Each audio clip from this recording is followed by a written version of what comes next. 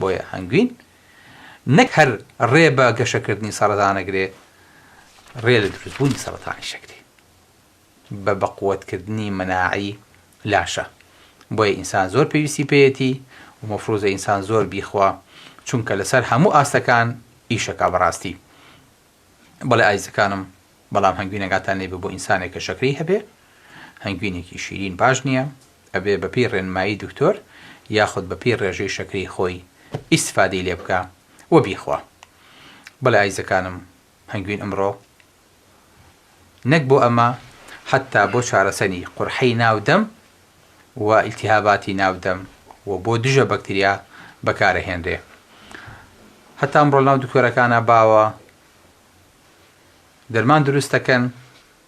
من دەرمانم بینیوە لەو پەڕی وڵاتە پێشکەوتوەکانە دروست کراوە، بۆ پێست و بۆ جروح و بۆ بینەکانی ئینسان دروست کراوە، پێکاتەی سەرەکی ئەم مادەیە هەنگوین بووە.